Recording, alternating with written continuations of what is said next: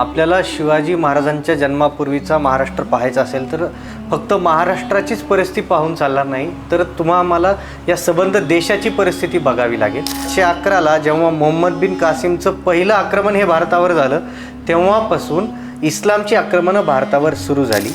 तो पीटर मंडी असं लिहितोय की मी आग्र्यापासून पटण्यापर्यंत जात असताना बकेवारपासून इथपर्यंत मी पाहतोय रस्त्याच्या दोन्ही बाजूला हिंदू पुरुषांचं धड सोडून फक्त मुंडकं राहील अशा 30 ते 40 हिंदू पुरुषांची कत्तल केली आहे.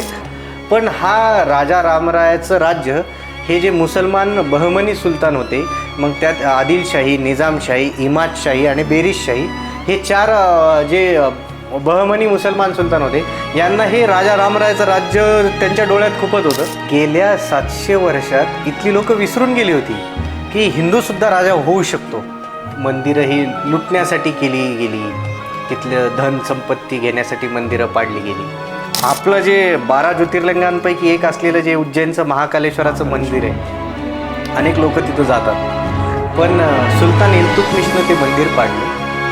मंदिर पाडून महाकालेश्वरची मूर्ती फोडली आणि त्या मूर्तीचे अवशेष सुलतान इल्तुतमिश दिल्लीला घेऊन गेला आणि दिल्लीला जामा मशिदीच्या पायऱ्यावर त्या मूर्तीचे अवशेष टाकले.